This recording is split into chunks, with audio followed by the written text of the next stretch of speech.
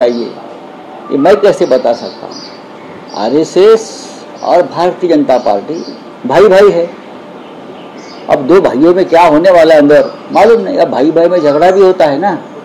अब लगता है कि बीजेपी और आरएसएस में कुछ चल रहा है अंदर, लेकिन अगर आरएसएस अगर मन में लाता है तो बीजेपी को सबक सिखा सकते हैं, क्योंकि आज जो बीजेपी आपको दिख रही है वो तो आरएसएस के कार्यकर्ता की ताकत के ऊपर इतनी जीत मिली है उनको। बोलिए आपका क्या है? राऊत सर, महाराष्ट्रातला बहुचर्चित विषय 5 तारखेला होणारा मराठी विजय मेळावा, काय तयारी सुरू आहे ठाकरे गटाकडूनही, कारण समन्वयामध्ये तुम्ही आहात, काय नेमकी रूपरेषा आणि काय तयारी? 5 तारखेचा जो मेळावा आहे त्याला आता फार कमी दिवस राहिले आहेत। आज बुधवार आहे आणि शनिवारी मेळावा आहे। दोन्ही बाजूने पूर्ण तयारी सुरू आहे। आता या क्षणी आमचे सहकारी शिवसेनेचे नेते अनिल परब आणि मनसेचे नेते हे जिथे प्रत्यक्ष कार्यक्रम आहे 2 सभागृहामध्ये आता जाऊन ते पाहणी करतात। त्यानंतर पुढल्या 2 दिवसांमध्ये प्रत्यक्ष व्यासपीठावरची आणि गर्दी क्राउड मॅनेजमेंट ज्याला म्हणतो त्या संदर्भातली तयारी केली जाईल। आमंत्रण तर आम्ही दिलंय लोकांना खुल्या पद्धतीनं, कोणाला घरी जाऊन आम्ही आमंत्रण देणार नाही, कोणी असते।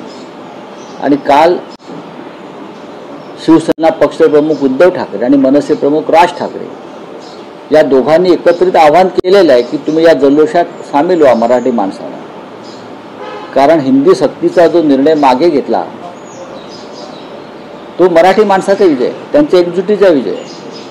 मराठी माणसं एकत्र येणार या भीतीनं मागे घेतलेला तो निर्णय आहे, त्याच्यामुळे हा जल्लोष समस्त मराठी बांधवांनी करावा असं दोन्ही प्रमुख ठाकरे बंधूंचं एक भूमिका आहे। आणि त्यानुसारच कालचं जे निवेदन किंवा निमंत्रण आहे ते समस्त महाराष्ट्रातल्या जनतेसाठी आहे आणि राजकीय पक्ष जात धर्म याचा विचार न करता त्या सोहळ्यात सगळ्यांनी उपस्थित राहावं अशी आमची भूमिका आहे। पण राऊत सर, ठाकरे बंधूंव्यतिरिक्त आणखी कोणते राजकीय मोठे नेते या मेळाव्याला उपस्थित राहू शकतात? मग हा राजकीय मेळावा नाही, सगळ्यात आधी तुम्हाला मी सांगतो।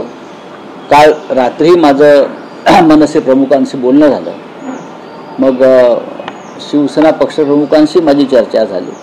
आमचं सगळ्यांच्याशी म्हणणं आहे की हा राजकीय मेळावा नाही, मान अपमान सन्मान मानापमान बरं का, हा विषय इथे येत नाही।